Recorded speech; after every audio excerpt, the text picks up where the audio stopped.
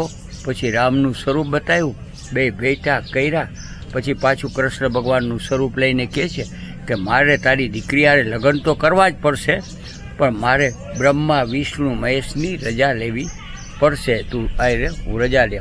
પછી બ્રહ્મા વિષ્ણુ મહેશની રજા લેવા જાય તો બ્રહ્મા વિષ્ણુ મહેશ ને બધી વાત કરે તો બ્રહ્મા વિષ્ણુ મહેશ કે અમે એની હારે યુદ્ધ કરી મારી કુટીને પણ તારી મણી લાવશું, એની દીકરી હારે તારા લગ્ન અમારે કરવા નથી દેવા.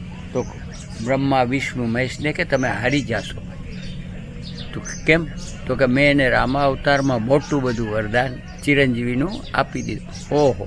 તો પછી અહીં બ્રહ્મા વિષ્ણુ મહેશ અહીં આવ્યા, અહીં આવીને લગ્ન કર્યા. જો હવનકુંડ પણ અહીંયા છે. પછી કીધું કે આ બેટવાળા રસ્તેથી વયા જાઓ.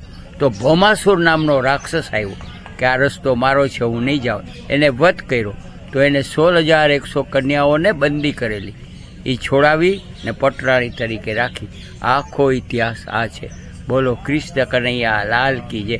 અંદરમાં તમે જાશો તો તમારા બધાય વિચારો વયા જાય, તમારું ઘર નોકરી ધંધા કંઈ વિચાર ના આવે ને તમને એમ થાય કાંઈ બેહીને થોડીક વાર ભગવાનનું નામ લે. બોલો કૃષ્ણ કનૈયા લાલ કી જય.